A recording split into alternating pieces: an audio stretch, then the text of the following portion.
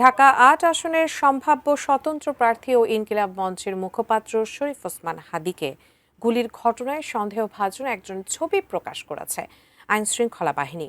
সন্দেহভাজন ওই ব্যক্তির নাম ফয়সাল করিম ওরফে দাউদ খান। এরপরই তাকে নিয়ে তৈরি হয়েছে কৌতূহল। প্রশ্ন উঠেছে, হাদিকে গুলির ঘটনায় সন্দেহভাজন কে এই ফয়সাল? সেই উত্তর জানাচ্ছেন শেখ ফরিদ।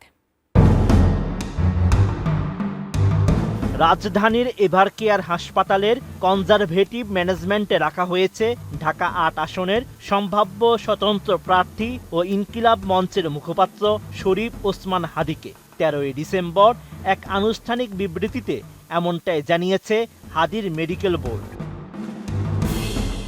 এদিকে হাদিকে গুলি করার ঘটনায় সন্দেহভাজন একজনের ছবি শনাক্ত করেছে আইন শৃঙ্খলা বাহিনী। ডিএমপির প্রকাশিত ছবি ও সামাজিক মাধ্যমে ছড়িয়ে পড়া একাধিক ছবি যাচাই বাছাই করে জানা যায়, সন্দেহভাজন ওই ব্যক্তির নাম ফয়সাল করিম মাসুদ ওরফে দাউদ খান। তার বাড়ি পটুয়াখালীর বাউফল উপজেলার কেশবপুর ইউনিয়নের কেশবপুর গ্রাম। তিনি ওই গ্রামের বাসিন্দা হুমায়ুন কবির ওরফে মালেকের ছেলে।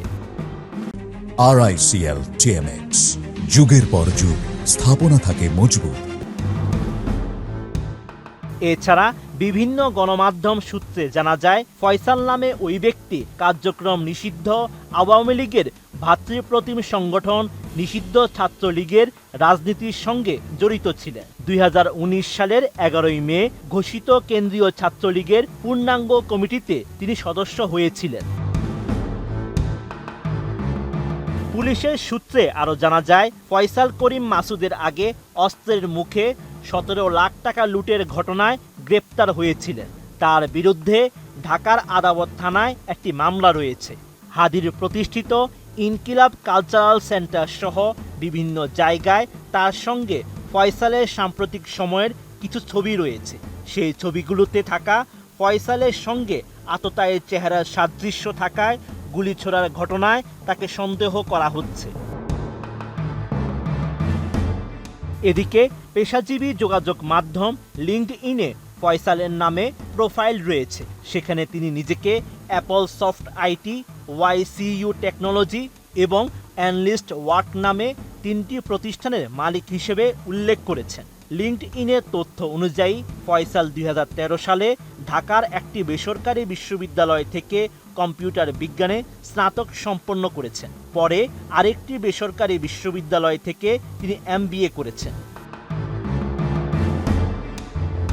২০২৪ সালে জুলাই গণ অভ্যুত্থানের সময় আন্দোলনকারীদের দমনে আওয়ামী লীগ ও সহযোগী সংগঠনগুলোর নেতাকর্মীদের সঙ্গে মাঠে ছিলেন ফয়সাল।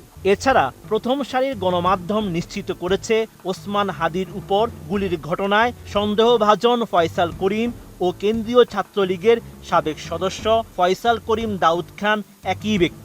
একই সঙ্গে হাদিকে গুলির ঘটনায় নাম আসার পর ফয়সালের সঙ্গে আওয়ামী লীগ আমলে বাংলাদেশের দুইবারের রাষ্ট্রপতি মোহাম্মদ আব্দুল হামিদ এবং ঢাকা মহানগর আওয়ামী লীগ ও ছাত্রলীগের কিছু নেতার ছবি ফেসবুকে প্রকাশিত হয়েছে।